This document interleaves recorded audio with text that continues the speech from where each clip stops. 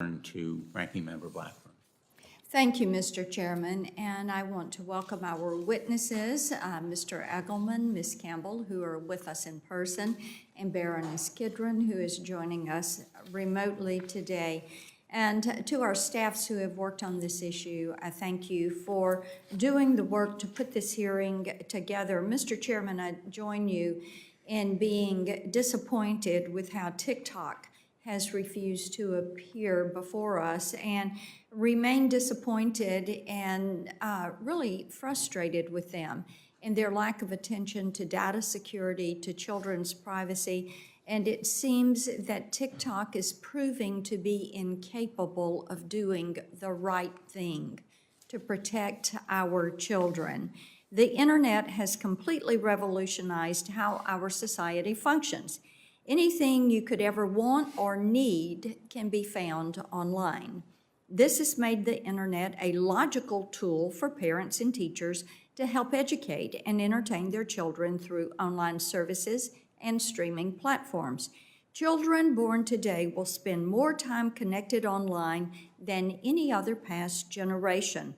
Companies use advanced data collecting techniques to gather and analyze the habits, movements, and interests to build out a virtual you that only exists to cater to advertisers.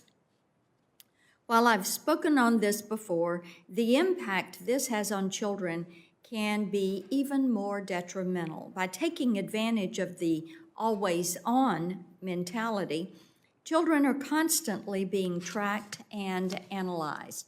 Take TikTok, for example. They have been accused of using algorithms to keep kids scrolling indefinitely. Alphabet, Google, and YouTube's parent company has been accused of tracking children when they aren't using their school devices and using features such as autoplay to keep kids glued to their devices. But this doesn't end with tracking and scrolling. Companies like Snapchat have exposed children to predators and explicit adult content while using their products.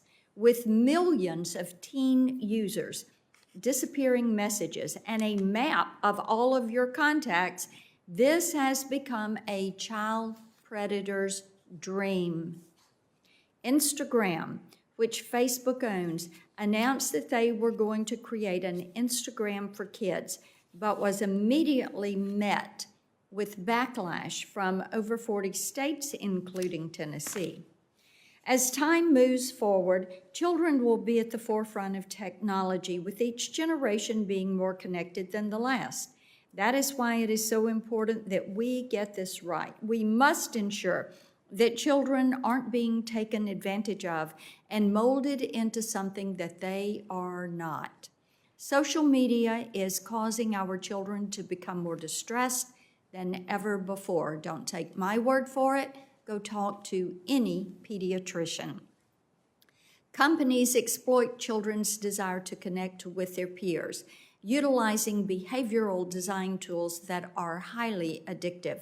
Young girls, in particular, are susceptible to body image issues and decreased self-esteem from the distortions of reality present on many of these platforms. With so many children engaging in remote learning during this pandemic, it is more important that we remain vigilant as parents and grandparents.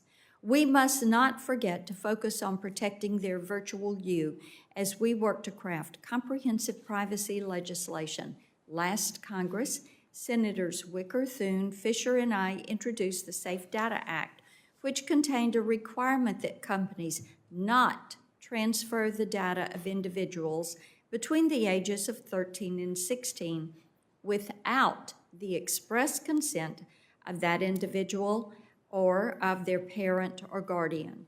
I'm pleased to see continued engagement on this important topic, and I look forward to working with the members of this committee to craft legislation to help protect our precious children from big tech. Thank you, Mr. Chairman.